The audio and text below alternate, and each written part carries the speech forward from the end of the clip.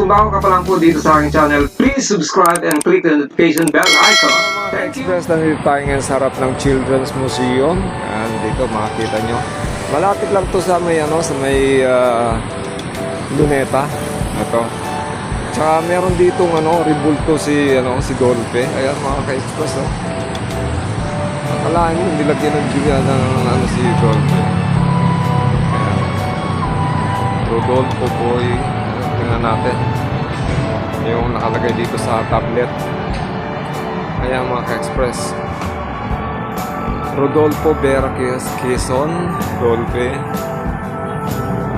Pinanganak noong July 25, 1928.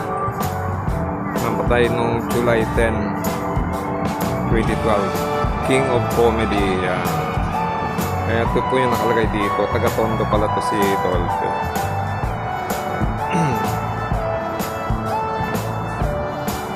Ayan ang kanyang mga ribulto mga ka-express.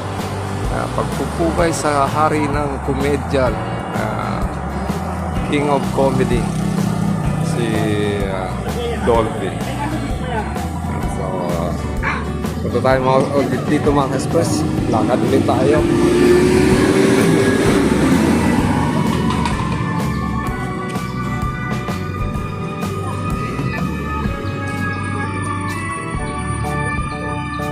Lapit na tayo dito sa ayan, yung nakikita nyong malaking watawat, yan na yung flag ng sa Luneta. Samantala yan yung yung museum ng pambata.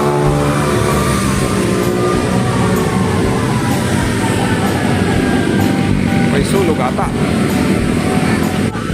So ito naman mga ka-express, ito yung pinaka-landmark ng papunta ka ng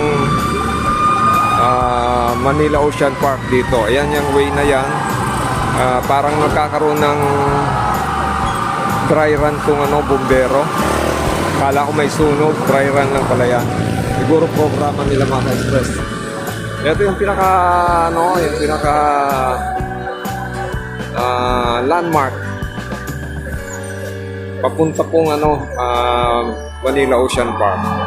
Samantala yung mga pamatay sunog, gumagawa ata po sila ng parang may programa mga ka-express.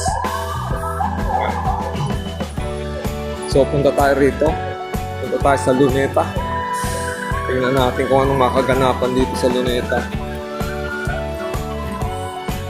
At syempre nakikita nyo naman dito sa parting kaliwa, nandyan yung grandstand, Quirino Grandstand.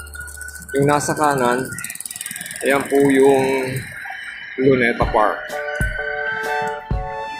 Good morning ulit sa inyo mga ka-express. Nandito ako ngayon sa kahabaan pa rin ng Ross Boulevard. And this time, nandito tayo ngayon sa parting Luneta. Ayan yung nasa yung right side ay Luneta yan. Samantalang itong tinutumbo ko mga ka-express, ang left side nito ay yung Quirino Grandstand. Tapos andito rin yung marker, yung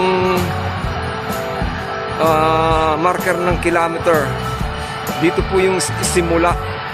Ito po yung start. Yun, nakakita yung may mga tao na yan. Pupunta natin. Yan po yung simula ng ng kilometrahe o yung distance ng mula dito sa Metro Manila papunta sa iba't ibang lugar, papunta sa iba't ibang probinsya.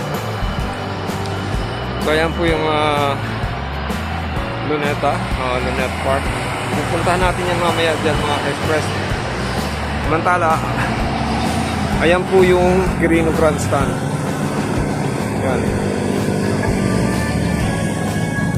Ito yung sinasabi ko sa inyo mga ka-express. Ito yung marker. Dito nagsisimula yung lahat ng mga kilometers. Points from 0 hanggang papunta dun sa kung saan probinsya. Ito po. Ito po, yan. Nakita nyo? Yan yung 0. Kita nyo, kilometer 0. Rizal Park. Dito po nagsisimula yan. Yung buong lugar sa Pilipinas, ito po ang starting point. Pag mula rito, yung ilang kilometrahe. Halimbawa, pupunta ka ng probinsya, Bicol Region,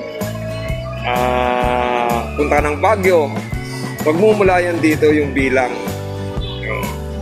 So ito po yung dito po makikita yan sa Rizal Park. Yan, dito nyo po yung makikita sa Rizal Park. Harap po ng watawat ng ating bandila ng ating Pilipinas. Yan, sa may repulto po ng ating bayaning si Dr. Jose Rizal. Talagang eyesore yung na yan, building na yan, no? Ewan ko bakit pinayagan talaga yan na magtayo dyan, eh. Parang pangit tingnan, di ba? Heritage to, place nito Luneta, pero pinayagan na magtayo ng ganyang kataas na building. Okay lang sana siguro kung mga kapantay lang ng mga puno na yun, pero yan, lumagpas, kaya mo, pag kinuhanan mo ng full shot ng tong dito sa parte na to, kita yung mas nakikita, mas napupuna pa yung yung building na yan, eh. Anyway, punta tayo dyan mga ka-express. Pero ayun po, ipakita ko po sa inyo yung Quirino Grandstand, kung saan marami rin dito mga po namamasyal.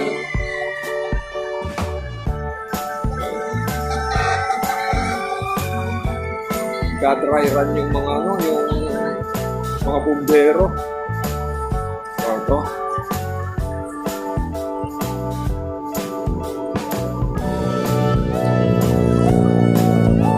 Ito yung Quirino Grandstand. Ito naman yung Tamarang, ang bansang hayop ng Pilipinas.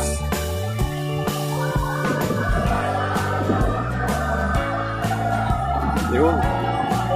Kung pala yung nagsimula yung ng parada ng mga bumbero. Yun ang Quirino Grandstand mga ka-express. Kung merong mga programa diyan kadalasan ginagawa dito. May mga malalaking rally diyan. So, kanina pa yung nagpaparada itong mga bumbero. Pupunta tayo mga ito dito sa Luneta. Tingnan natin anong mga development dito kasi last time na pumunta ako sa Masila ko rito 2022. After 4 years, tingnan natin. Hindi natin makikita sa Luneta. Ito talaga ang pinaka-national park sa ating bansa. Sa Luneta. Kasi hindi mo makikita yung pulto ni Gato Cesal. Palaging ginakordan ng mga rings. Ito, may Gordesilo. Na makikita nyo mga kasi yun, may dalawang naka-detain na alam ko, binatang nag-ano ito eh. Pero yung na rin eh. Kaya po ating rebel po, ating pangbansang dyan.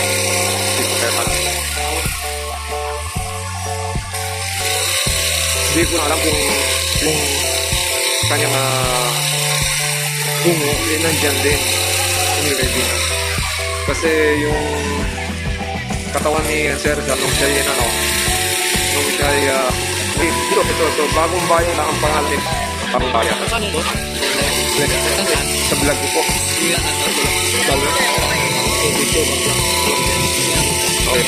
Okay.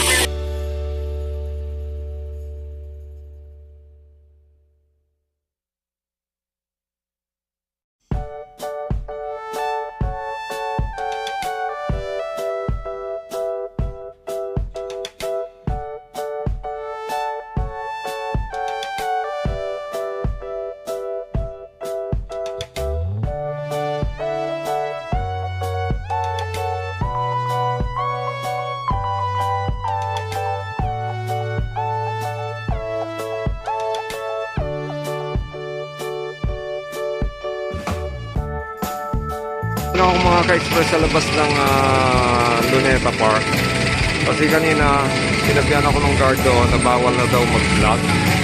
So kung kailangan mag-vlog kaya dapat kumuha ron ng permiso. Eh, linggo ngayon, kaya hindi tayo makakakuha ng permiso mga ka-express. Kaya hindi na tayo nagpumilit para wala nang usapin pa. So, sumunod na lang tayo doon sa sinabi ng guard na bawal kumuha ng video at mag-vlog dyan sa loob ng Luneta Park. Nagtaka ako kasi first time kong masita dyan eh. Kung tutusin, public naman yan eh, di ba? Pero siyempre, sumusunod din yung mga guard sa pinag-uutos sa kanila, kaya hindi na tayo nakipagtalo. So mula po rito sa Luneta, ako naman po si Hilab ng Hilbal Channel lang nagsasabi na may pagpalain ng bawat sa atin ng ating pong may kapal. Maraming salamat po. God bless you and shout out po sa inyong lahat.